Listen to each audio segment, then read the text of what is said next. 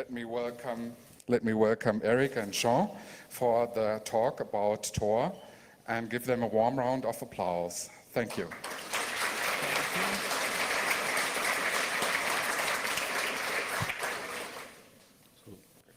Good morning, everybody. So we are going to present you our work on the Tor network, or more specifically on dynamic cryptographic backdoors, and how to apply it to try to break some encrypted network. So it is a joint work with Sean and our colleague where now is back to Tanzania, the University of Tanzania. So here is the agenda, and most of the time people speak about breaking cryptography, but in fact most of the time we think about using huge time-consuming exhaustive search, which is of course for modern cryptographic system quite impossible or totally impossible. But most of the time we observe the fact that we have the situation of armored door on a paper or cardboard wall. So why bother to try to break the door if you can go through the window, find the key under the carpet, or even crush the wall?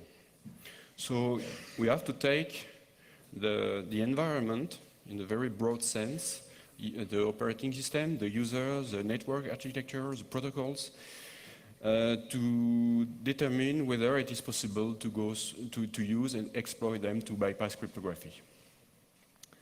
Everything is, of course, in a context where we all suffer from breaks of protocols, of tools that are imposed by standards, by organizations, and we have to work with them. And maybe more concerning is the fact that we all are suffering from some sort of standardization of mind. If you consider, for example, the development of cryptographic IPA, it is very difficult to try to develop without considering those norms, at least for some products. So in fact, we have to remind that the aim is not to have the key or to break the system in an academic view. The very final aim is to have access to the plain text. So in fact, we have extensively worked on what we call dynamic cryptographic backdoors, mostly implemented through malwares. Otherwise, we can do the same job but with trapdoors. And it has been possible, it is a few results we obtained to bypass, for example, IPsec-based encrypted network. You may use Tempest or not, it's not the issue. And for example, we have applied these techniques to break some military IP encryptors. In this respect, most of them are badly implemented.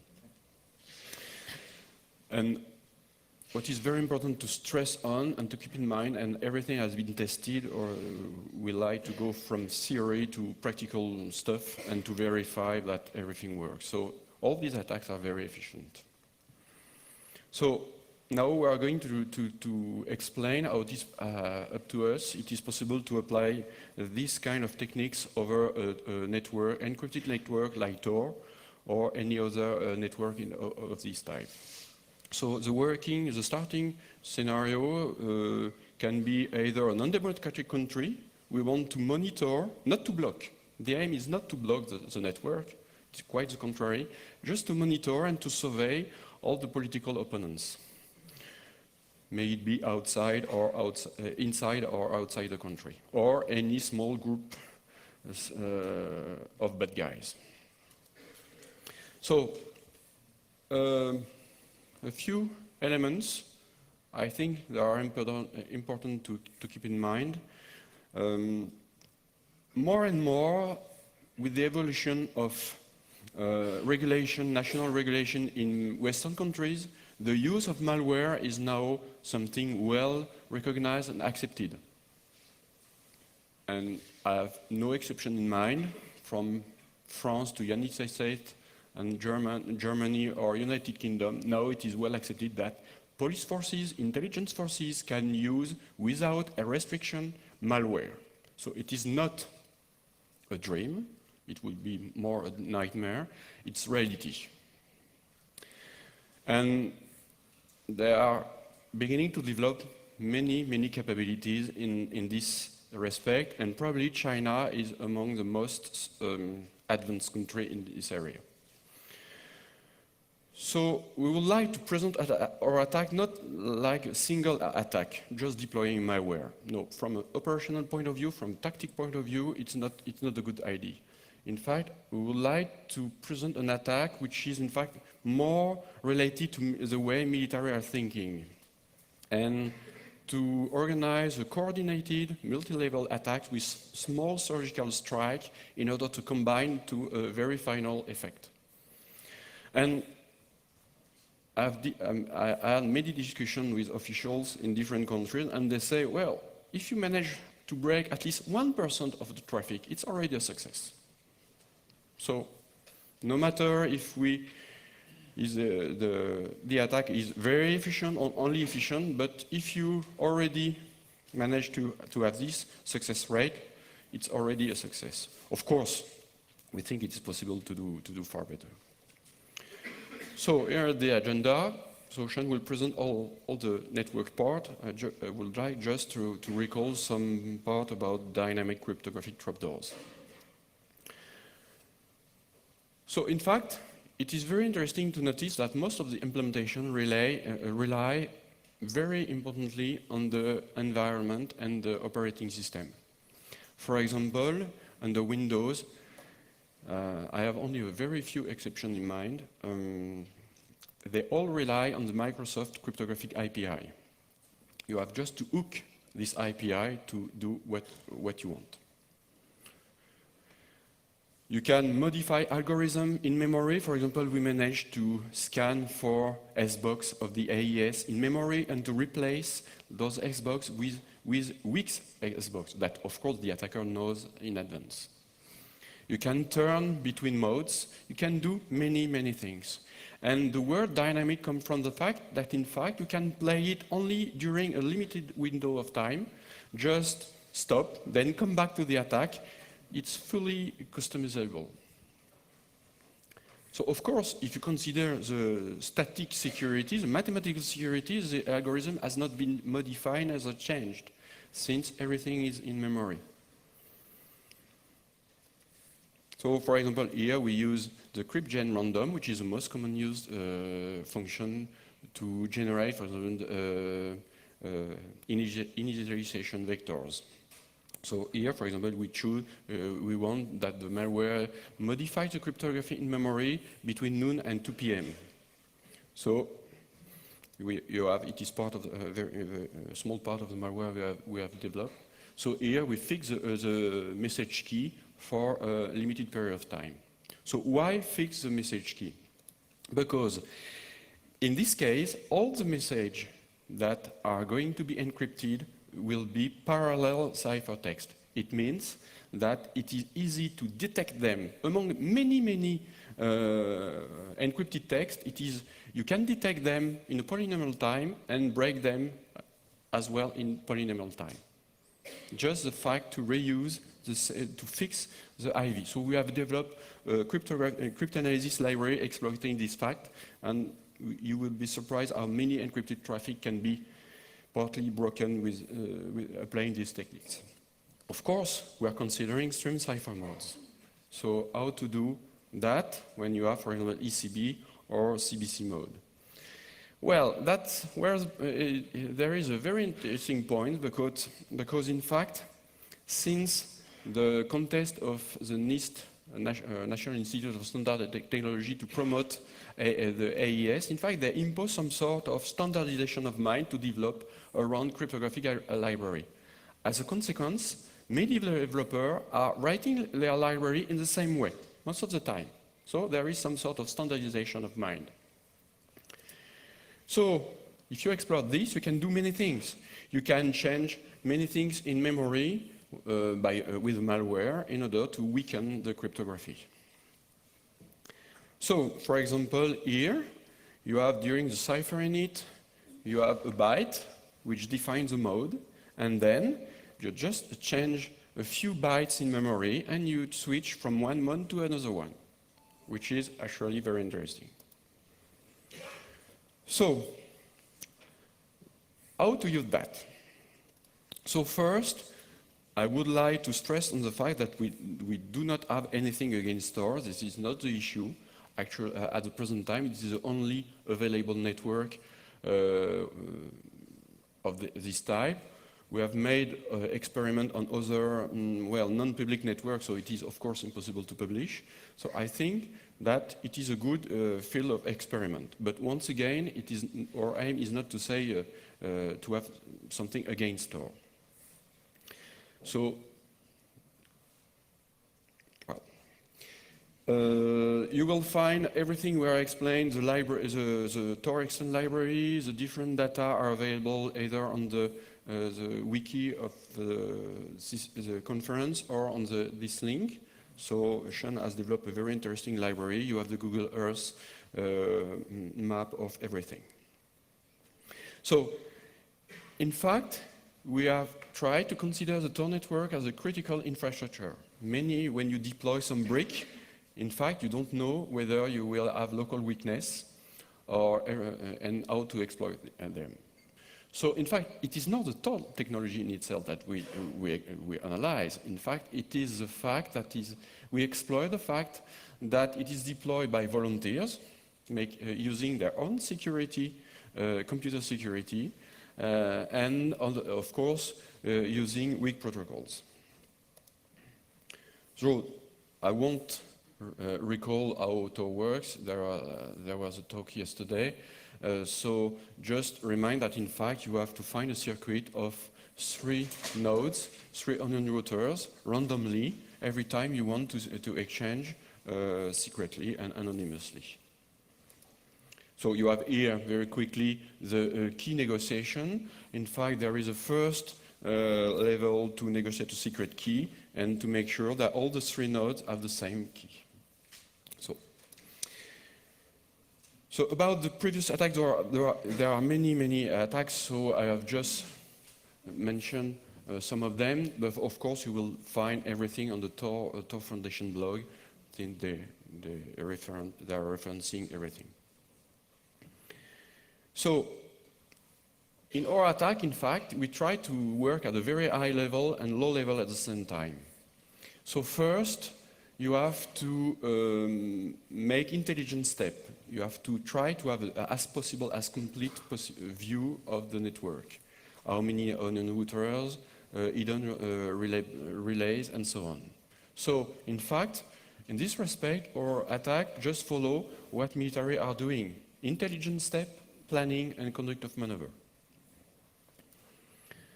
So, many people say, okay, we have broken Tor. No, once again, it's not the issue. It is the deployment of Tor.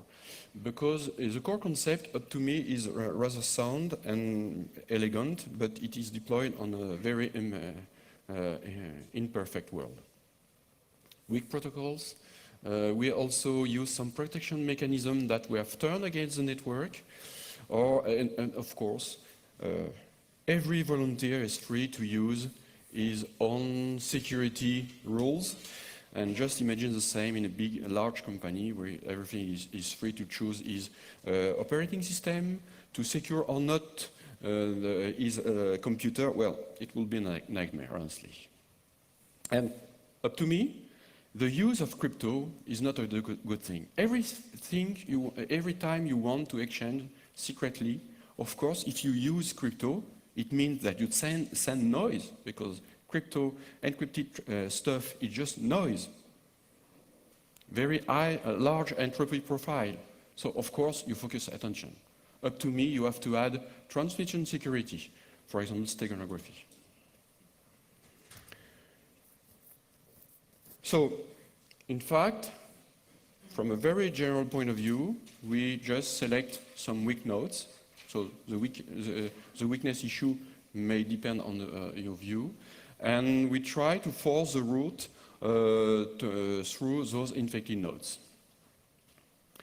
So, according to Diggeldin and some authors, in fact, there is a general interesting formula which has claimed that if you control m onion routers of a total of n, you can control this percentage of the traffic. So the aim is to increase the value of m and to reduce in a way or another the value of n.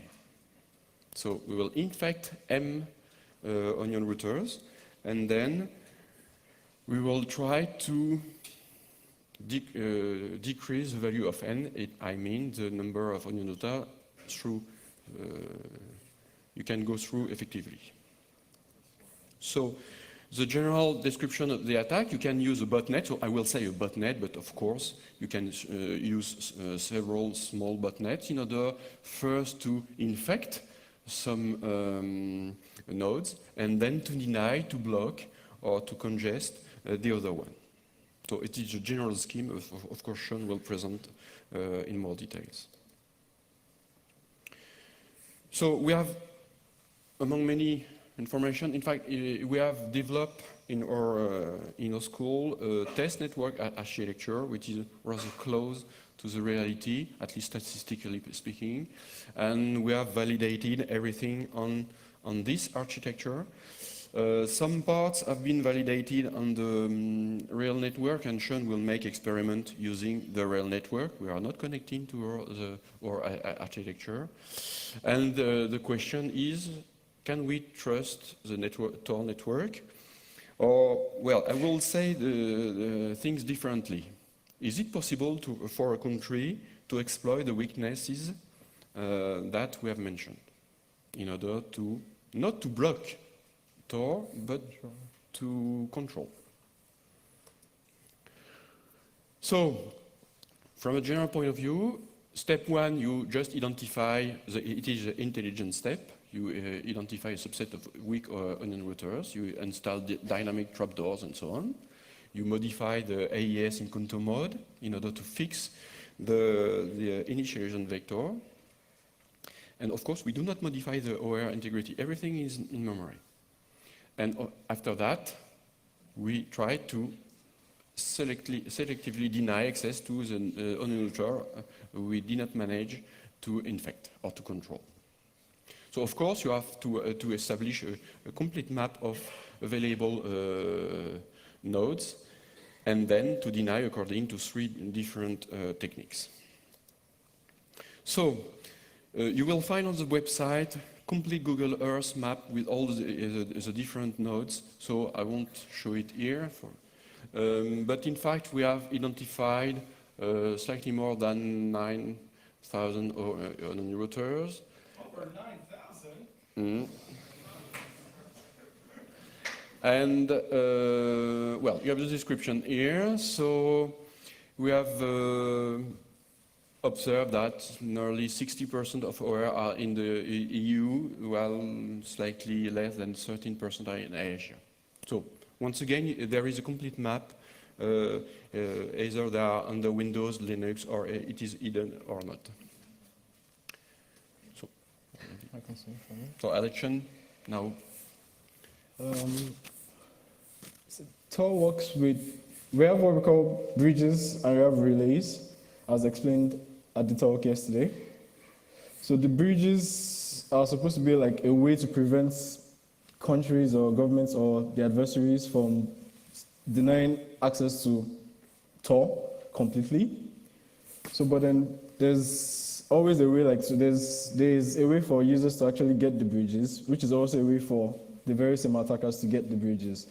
So the normal ways to obtain the bridges would be from the website, the bridges website, or sending an email, or there might also be other social ways to actually receive bridges. So the Tor software actually provides a control protocol to enable you to script it, or to actually communicate with Tor directly, build circuits, or make requests, attach streams. You can do almost anything with it. So we have extended the Ruby controller for Tor that is normally used to build circuits or just to connect to Tor. So you can actually make requests with the library and do a couple of other things with it. So normally it's possible to get just 3 bridges at a time from any IP address you go to. Then probably after an hour or so, you might be able to get more bridges as another 3, but you get only 3 at a particular point. So with this library, you'll be able to request more bridges using Tor exit nodes. We're able to obtain about 70 in 10 minutes, and 70 distinct addresses in 10 minutes, and about 200, over 200 in just 1 hour. So our goal was not to get all the bridges, we just tried, and then you actually obtain over 200 bridges within the time using this short script. So I can give a demo about how this is being done.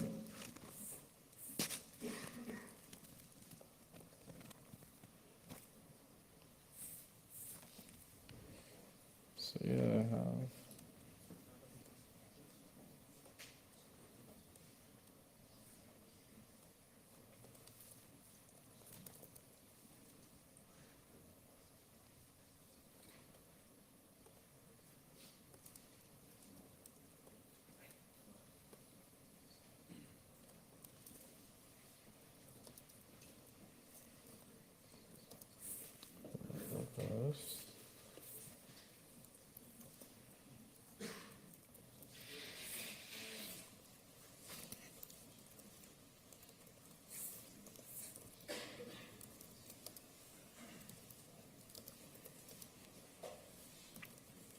So I've just connected to the control ports to show, so you can actually see some of the events that will come up as when I run the library.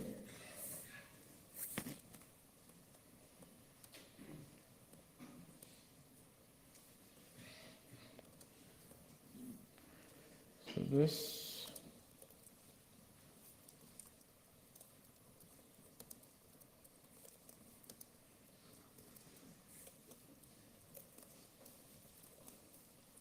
Well.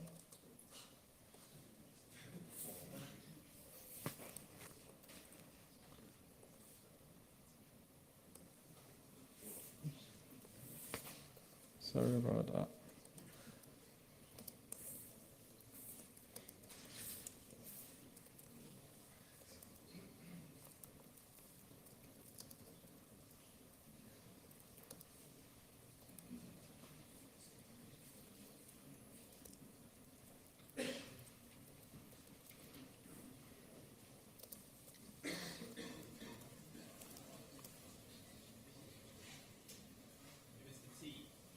Okay.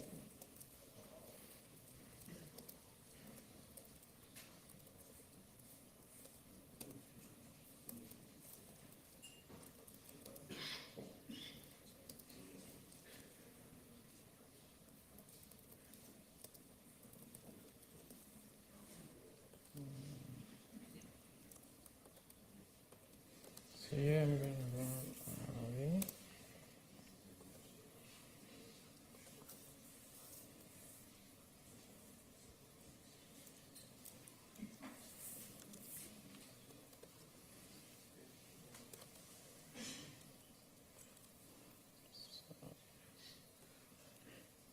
This would just connect, this would do this 20 times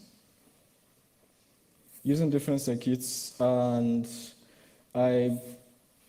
if the circuit is not built in 3 seconds, it will just try to get the bridge either way and then continue. It could probably be done faster, or some circuits may not be actually completed in 3 seconds. So it's just a sample.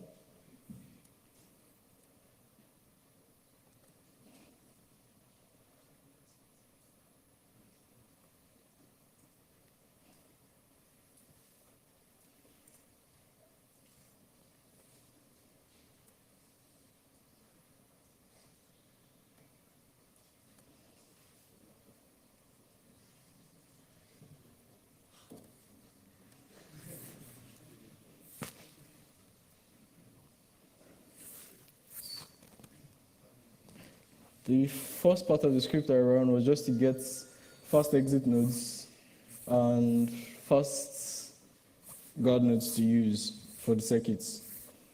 And then the script I'm going to run is just picking anyone at random.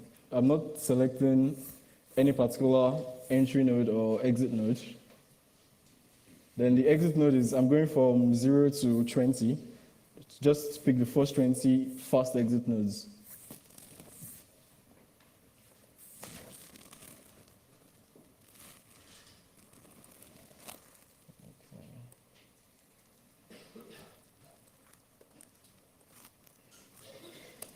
So now you can actually see as it tries to build the circuit, and when you see this succeeded, then you know it probably got, okay, it doesn't come back. So yeah, it has put the first 3 bridges it got, and let's keep trying. Has gotten 6.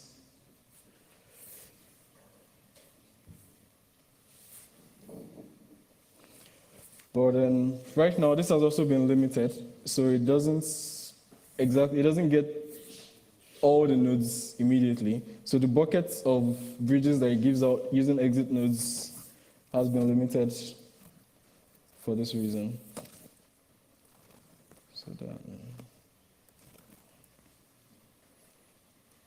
But then if we actually keep going, or you use all the exit nodes, you should be able to get a large number of bridges normally, just not now. So the library is actually easy for just about anybody to use, and it's easy for anybody to script through the pages.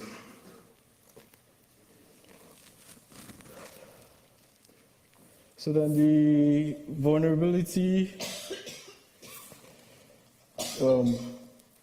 with the descriptors, the cache descriptors are actually distributed to just about every node. You have over 2,000 relay addresses that are actually there, and then it's like you give an hacker a list of 2,000 addresses and you tell them, okay, check if these addresses are vulnerable to anything. Of course, you might have 0-day vulnerabilities, and then you have a number of them that might be weak and very easy to compromise, and including Windows and Apple nodes, which might be easy for an attacker to infect with malware to use for the attack.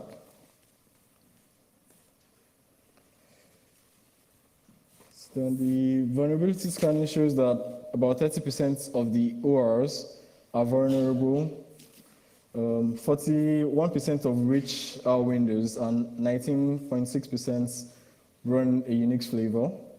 And this is in terms of the number of the nodes.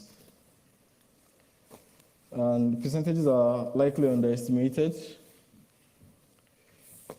Well, about 20% of them actually have critical severity, but it's what is to be expected of a voluntary-based network.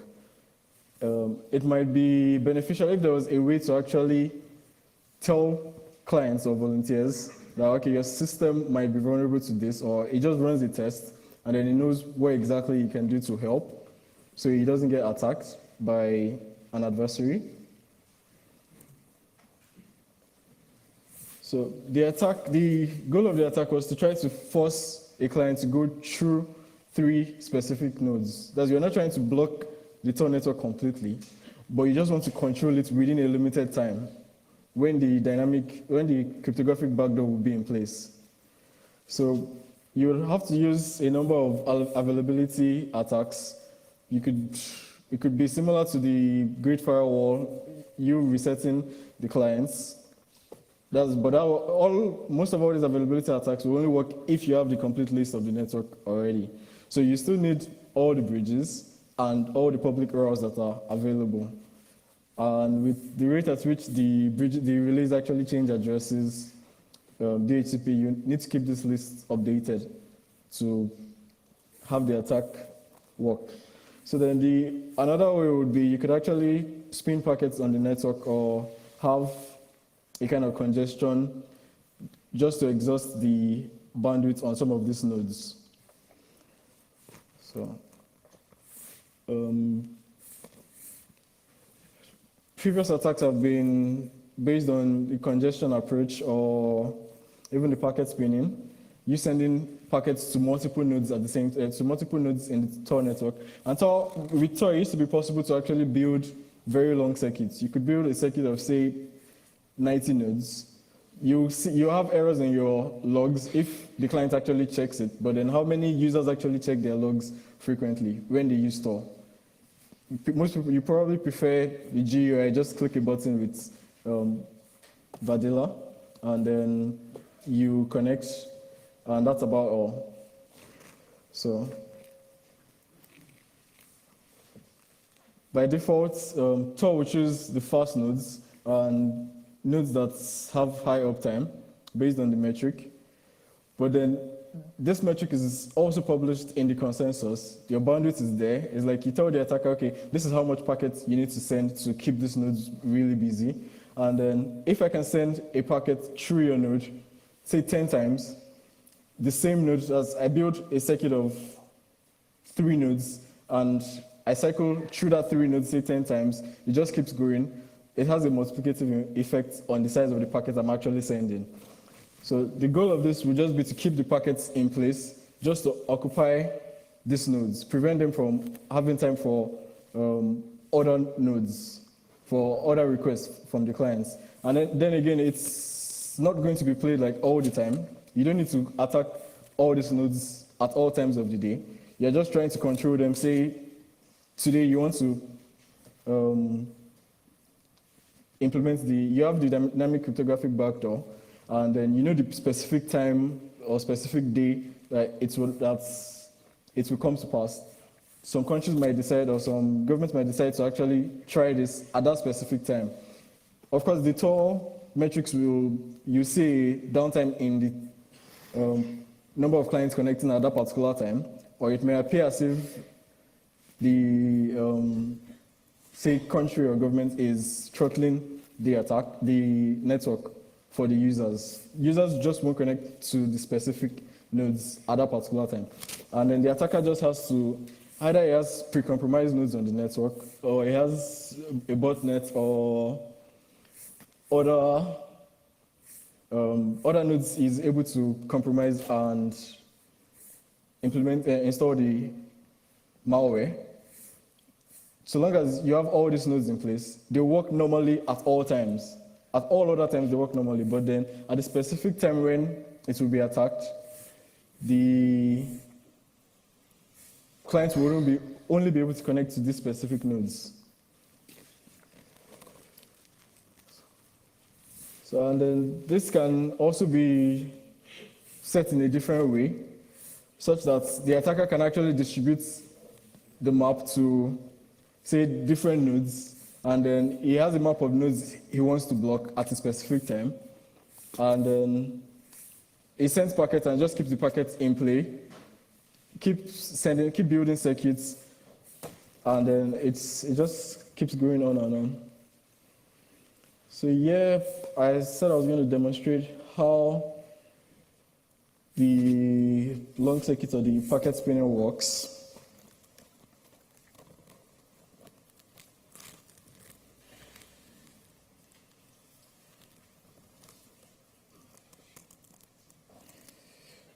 So yeah, I'm going to pick a circuit of 3 random nodes and then build a circuit of 15 nodes. That's 5 loops over those 3 nodes.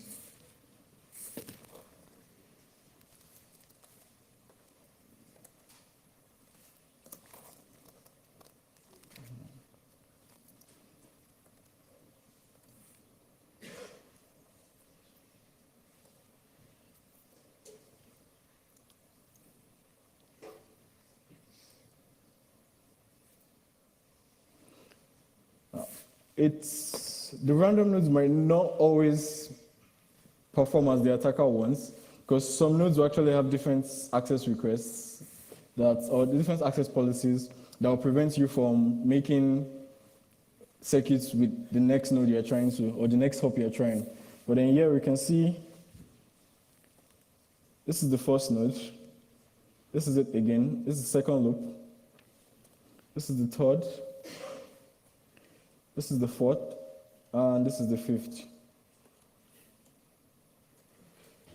So I can also show that we can browse through this. So yeah, I'm using Calico with this.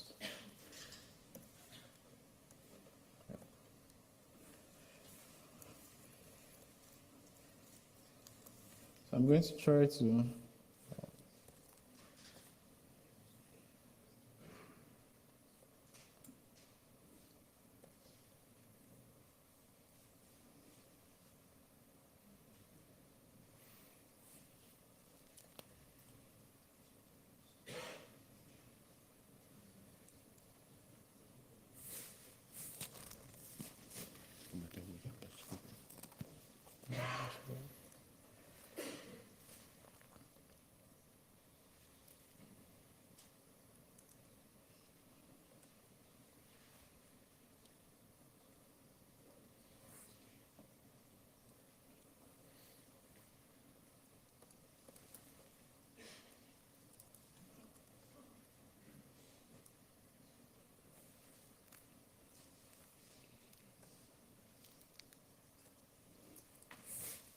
I disabled the auto attach mechanism of Tor.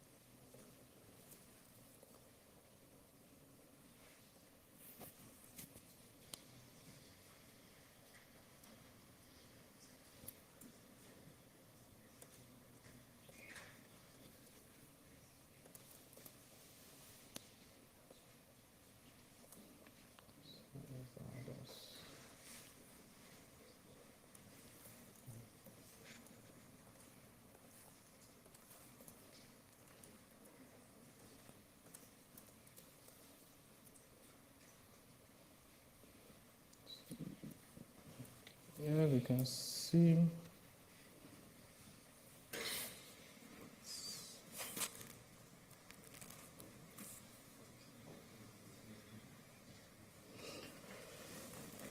Okay, right now the circuit has been closed. So I'll have to rebuild the circuit before I try this again.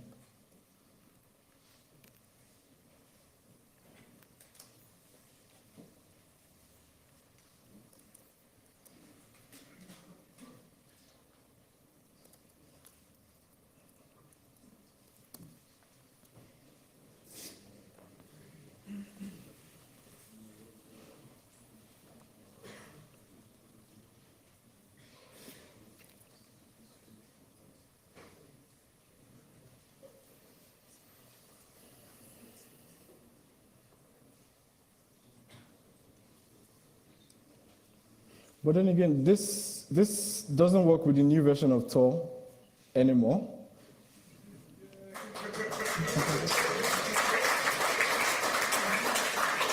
But then, if you use the old client, it still works. So, but there have been mechanisms in place to prevent this, but then it just can't be put to use until all clients, everybody that uses Tor, has upgraded their versions.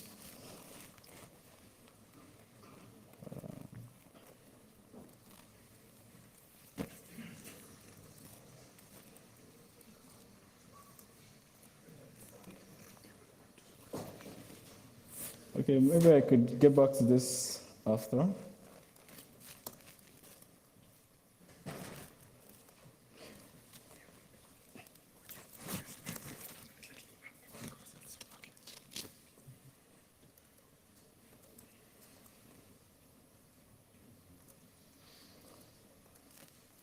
The circuit has been closed again, so maybe I'll just do this after.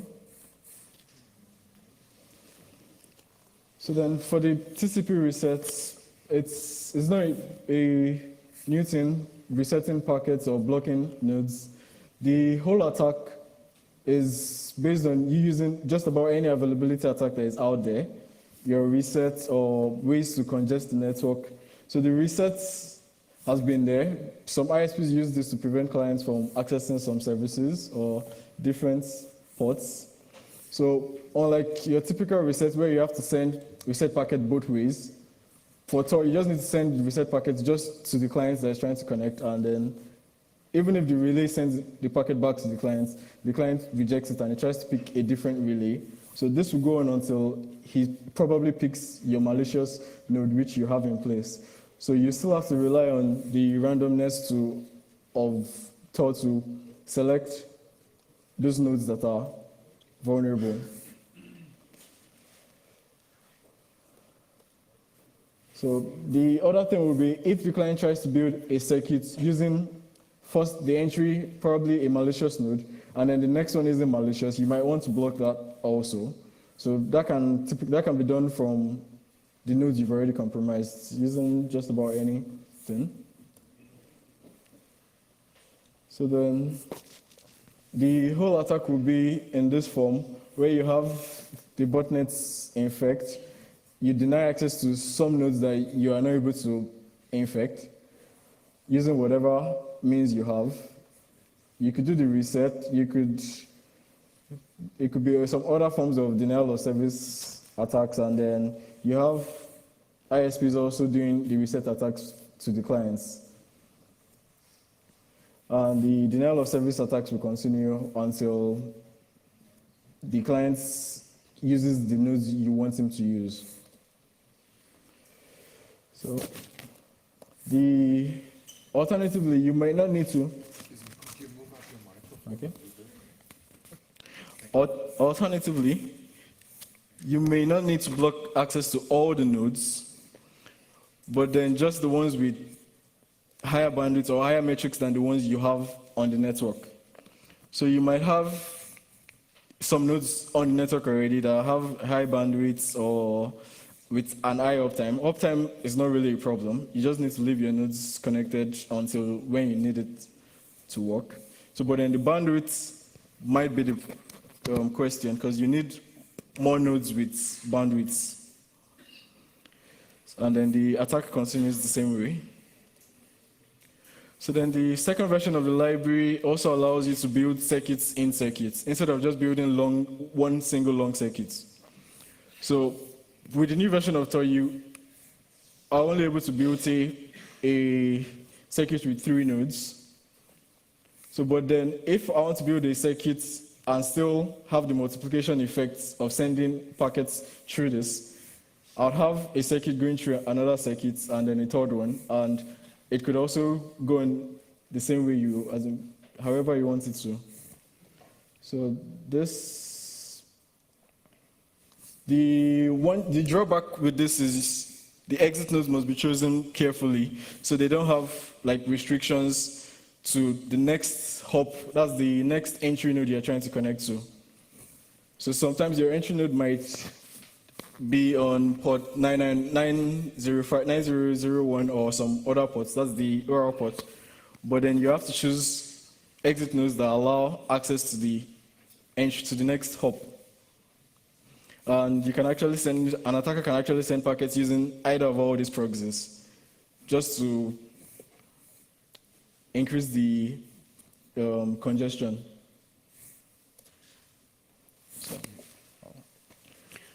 So just a few words about the malware we have developed. So it is very complex code implementing a lot of things. So of course, since we are able to deploy malware, we can fix the key. Of course, it is in constant time to decrypt, since we know the key in advance. But generally, it's more efficient in this case, precise case, just to fix the IV. And then the decryption and the detection of weak ciphertext is in polynomial time. So once again, there is a library that we have developed in order to detect and break. It is possible, we have developed a lot of optimization techniques. For example, if we have only one single file with plain text tagging techniques and so on, and if you use in the library the detect single file.c, you will see how it works. So it is possible, of course, to make a lot of things.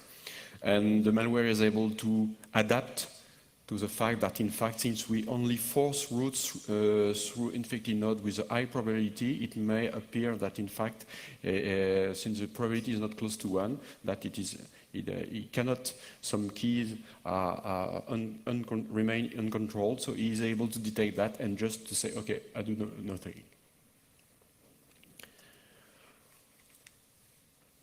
Okay, it is only small bricks that then you have to combine in a very random way, according to your scenario.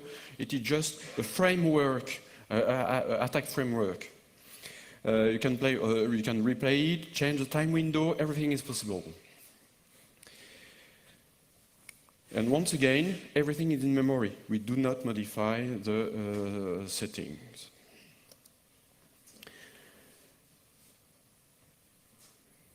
Well, from a more general point of view, of course, but if you know many of the nodes, you could simply block them, but, well, it is not our intention. We just want to show that it would be possible to bypass crypto by some sort of surveillance and monitoring. So, once again, the discussion is, and I totally agree that it is, of course, impossible to have the exact figure. It is not exact science to have the exact figure of success probability. But, well, even if we manage to break at least 10% or even 1% of the encrypted traffic, up to me, it cannot be accepted. So, well, once again, I will stress on some very critical point up to me. It is very surprising to see that, in fact, there is no high-level auditing of our security. The volunteering is very nice, but if everyone does what he wants without control and security control, well, the security of the whole infrastructure is limited to the unsecurity of a few ones. So it is not possible. And of course, when you have many vulnerabilities and flaws, well, it's very easy to infect. Without giving too many details, we have been very surprised, not to say shocked, that, for example, HTTPS machine was so badly configured that it was possible to catch the secret key instead of the public key. So I'm not sure it's a good thing. Of course, once again, I'm convinced that using cryptography alone is not a good thing. You send noise. And if you send noise, it means that you have something to hide. So up to me, steganography or other transect security tools are far better. And of course, using TCP, you know what you may find. So we hope, of course, since our work, for example, the spinning attack has now a limited effect. So we're happy to see that, in fact, we have somehow contributed to better security for Tor. I think that some measure in order to maintain the activity of Tor and to enable far better security, I think, yes, forbid Windows onion router, well, it's maybe a little bit drastic. But in fact, it would be nice maybe to enforce some scanning, to use some scanning tools and to deliver some security certificate for onion routers. Okay, you are valid for the service, you can go on and join the group. But I'm convinced that it is very mandatory to detect weak hours. To be clear, an attack cannot work if all onion routers cannot be infected. But we are very far from this situation. So that's why I think that part of the solution, the most part of the solution, is to enforce some high-level security policy managed by the Tor Foundation to manage the security of all routers. And of course, prevent scripting, since part of the security relied on the fact that some relay bridge were hidden. Well, prevent scripting in a way or another. So as a conclusion, in fact, well, you have a number of comments, but I will stress on one fact, that less and less sophisticated attacks will be the fact of a single step. You will have multiple innocent-looking surgical strike, little touch, whose combination will produce final effect. I had the occasion since 2 years to analyze some sophisticated attacks, mostly coming apparently from China. Well, just deploying one single malware, I think it's over. Now, I just change the part in memory, I send a document, and so on. And the combination of all those effects makes the final attack. And of course, from the victim point of view, it is quite impossible to prevent, quite impossible to detect. For the single reason is a combinatorial effect. How to survey, to monitor, to compare everything. So it is impossible. And of course, if you want to design trapdoor or backdoor, you have to do the same, just to split everything in multiple innocent-looking parts. So, well, midterm works. We hope that Infaction will go for a PhD on that subject.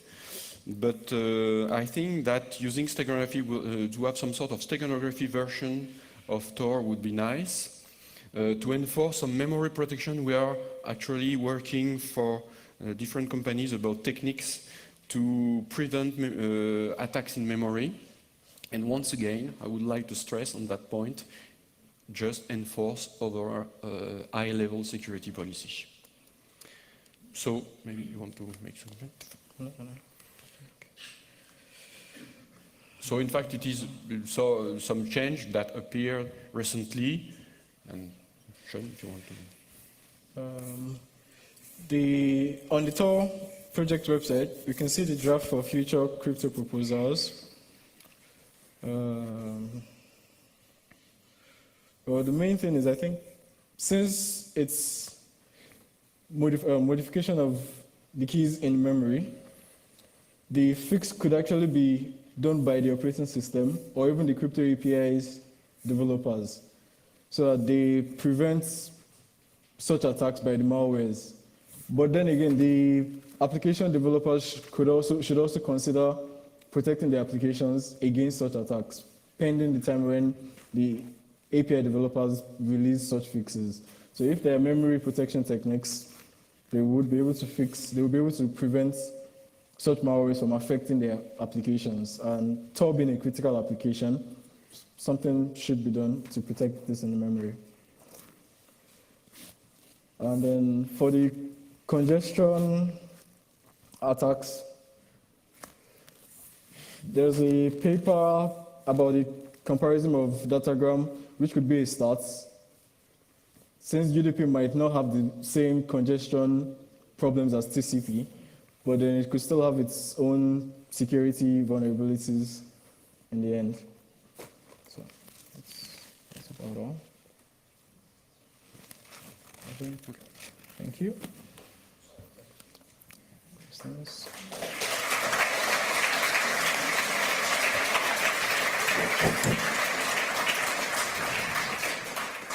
Well, thank you very much for that talk.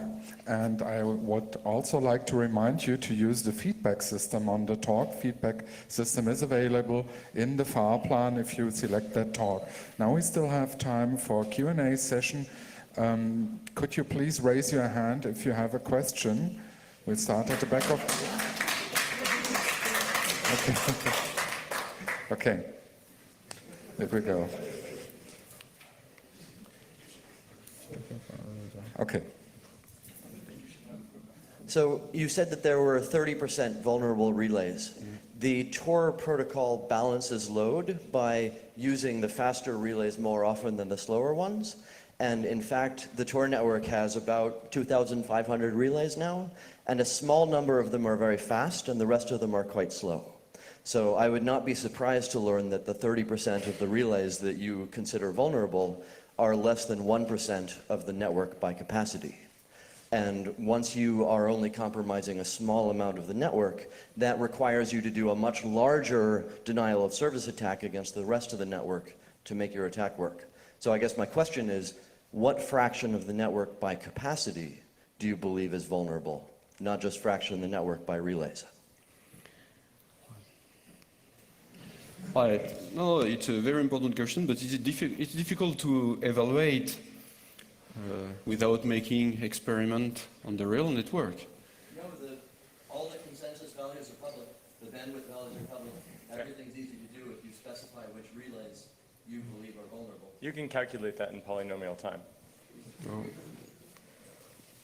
Well, but then again, even if you say the bandwidth is much higher, as in the nodes that are not vulnerable have a high bandwidth, if the attacker is actually forcing packets to all these nodes, as in all the specific nodes, and then it goes in a loop, whether circuits, true circuits or packet spinning or whatever, the bandwidth of each system might really not have much effect, since you're actually trying to overload each of these systems with the congestion.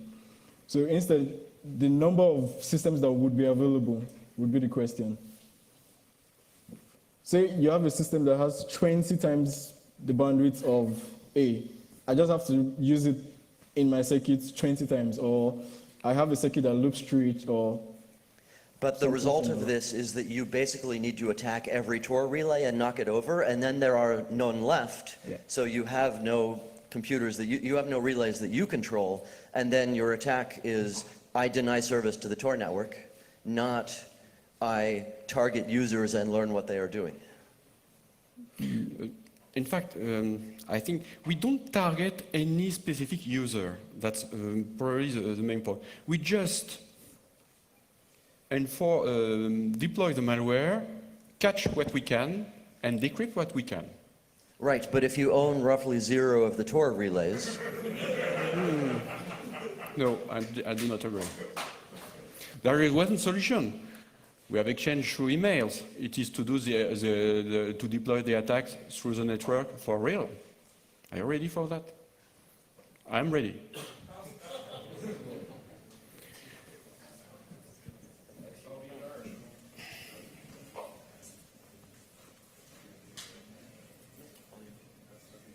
So just to be clear here, you cited, I think it was like on, I don't know, the original design paper where you talked about controlling M over N nodes or something like that.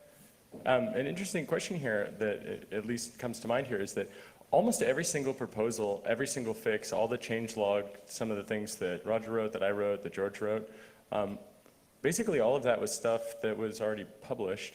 So what exactly is new here? Is it the crypto backdoor where you have to already root a box in order to do it? Or, I see in the original design paper of Tor, which is 7 years old, the packet spinning attack, which was previously published work. I mean, no offense to the guy that wrote some software and demoed it, because that was actually the contribution. But what is the actual attack here that is new, that is novel, that we have not already worked on actually stopping with Proposal 110? I mean, I put in the disabled debugger attachment long before you ever mentioned this stuff. And so what's actually new here, Eric? You're right, and it has been mentioned in the slides. In fact, we start, as any work in scientific research, we start from existing work, you're right.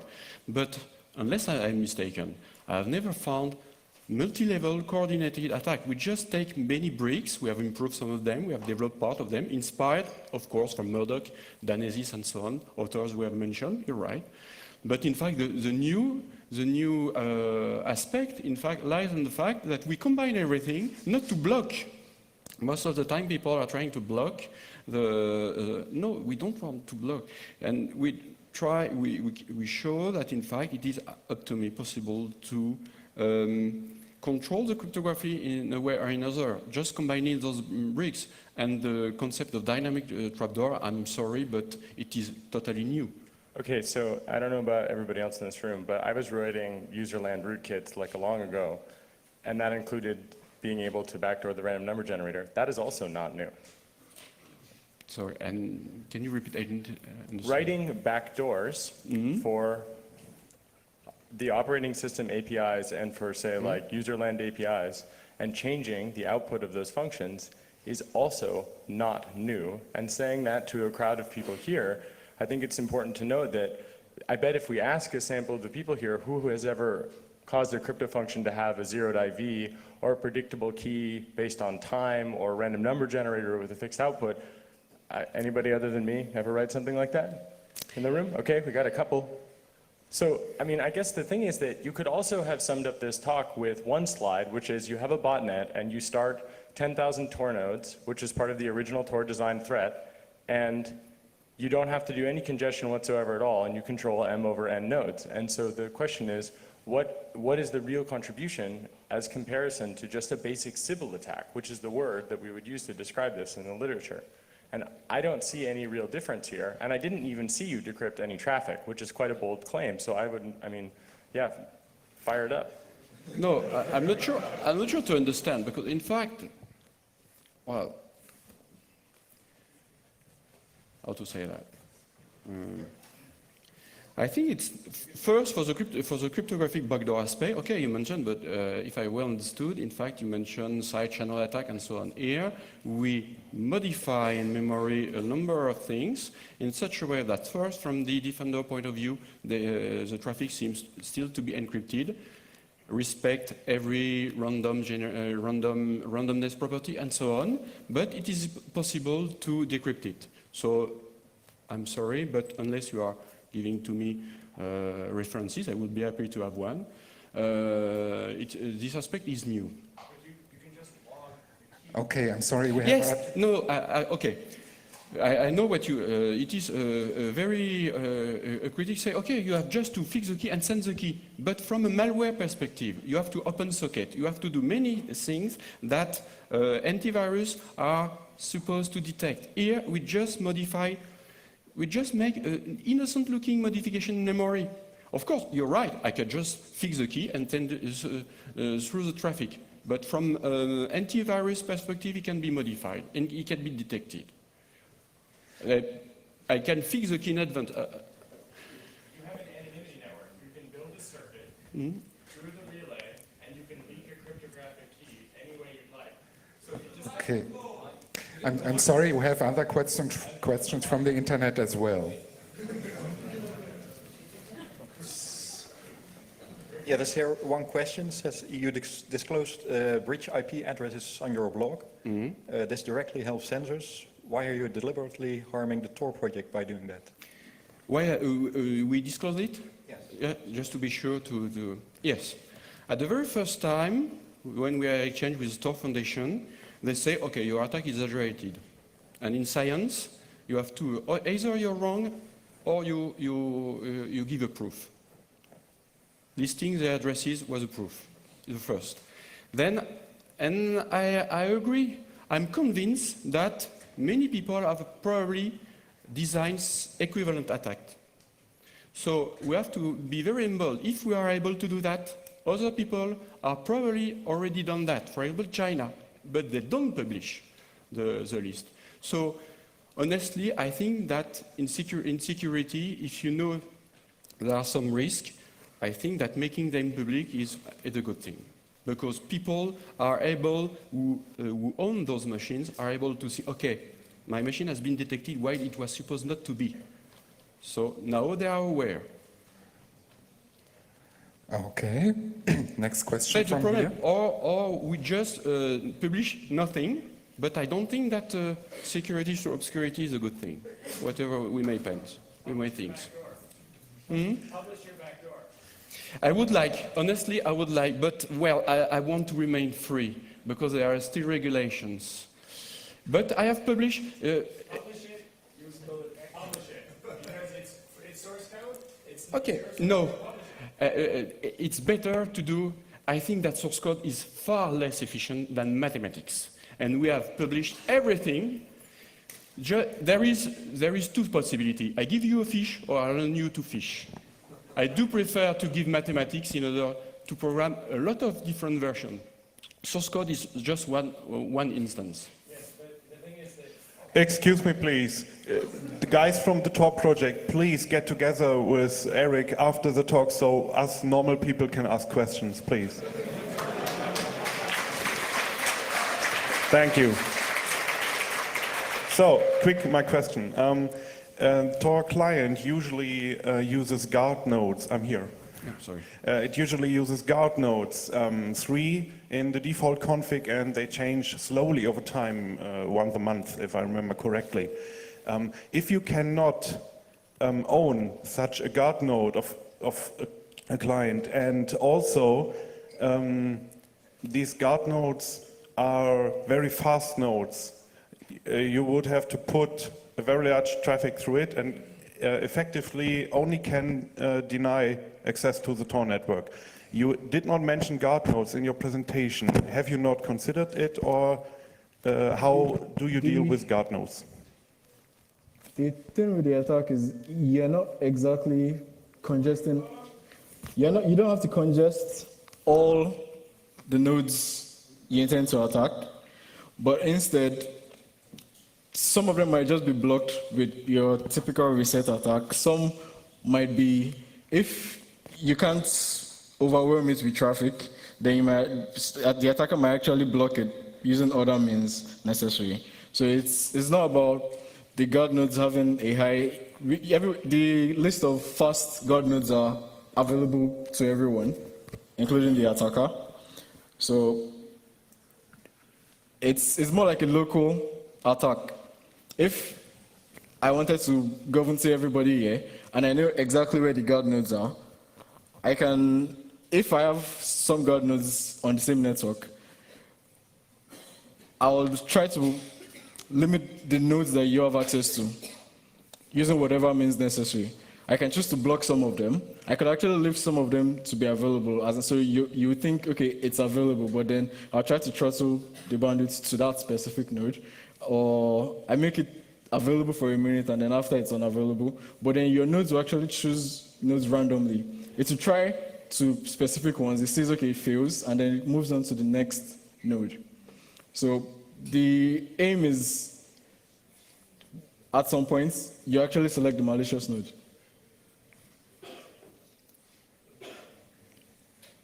Okay, any more questions? Right. Then I would say thank you very much and a warm round of applause.